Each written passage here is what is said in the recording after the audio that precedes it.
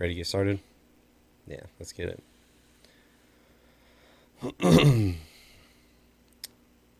Hello, my name is Justin Gonzalez, owner and driver for Marauders Dodge F1 Racing Team. We really do believe we have a team in place, a second driver in place, and a car that's going to compete right out of the gate with Aston Martin, McLaren, and really challenge the middle of the field at the beginning of the season. But come the end of the season, we really do plan on attacking Red Bull, Mercedes, and Ferrari. With our core set of partners now that came on, they really set us up for success with providing us the resources we need to set up a compound and HQ that was top of the line. Yeah, I had one person in mind that I wanted to be the second driver of this team. We don't have a one or two driver. We have a 1 and 1. We have two guys that are going to compete every week for that number one spot, for that pole position. Then obviously going into the Grand Prix each weekend, two guys that can really go out there and put up their best shot to win races. This person that we had in mind has a lot of experience, a former champion, as well as someone that can provide a lot of insight to building the car and making it what it needs to be to compete with the best of the best. And that person was Jensen Button. We know Jensen has been retired, and to get back in it, it's going to take a little bit of time, but he's been working very hard and putting himself in great position to be ready for Bahrain. We really built this car to compete in the first three races. Okay, Bahrain, obviously, going to Australia, and as well as Jeddah. These three races, we're really building the car to get off to a hot start here, and obviously adapt the car as we move along to those different sets of tracks. But primarily right now, we believe we have something that's going to be a rocket ship out there and really compete from the beginning.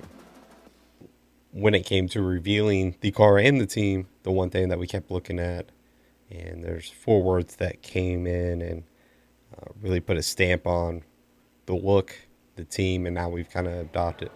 Now we've pretty much adopted now as a philosophy: relentless precision, dominant speed.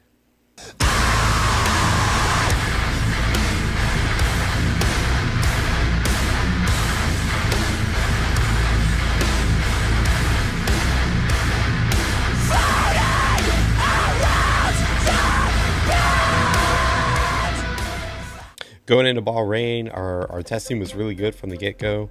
The first set of practices we did a really good job on. We believe we were really fast with all 3 sets of tires, but we had some trouble. We get to qualifying.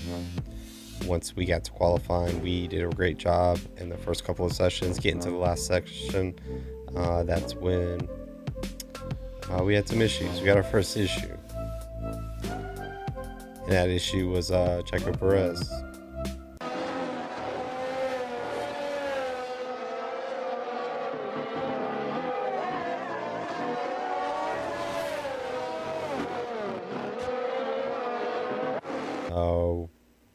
I was on the track, and in Sector 1 and Sector 2, we set the fastest time.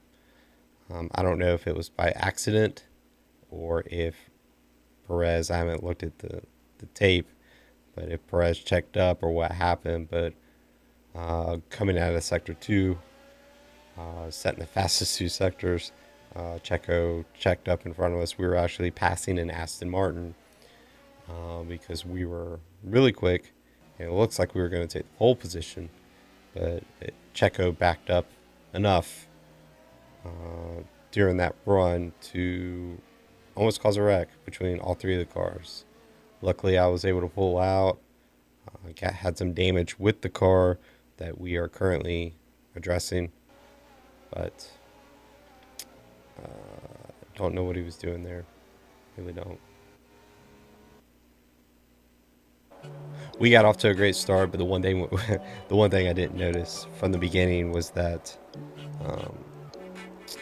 pit lane or the pit wall could talk to me, but I didn't know I could not radio back to the pit wall. And usually I don't really have a lot to say. There's only so many adjustments that you can make in the car to make it work. So 9 times out of 10, whatever you got is what you got. And there's not much changes you can make outside of a couple of things on the steering wheel. But I didn't radio back to the pit wall, and I usually don't radio back to the pit wall that much. And what I didn't know is that they couldn't hear me. Our comms, my comms going to them were not working.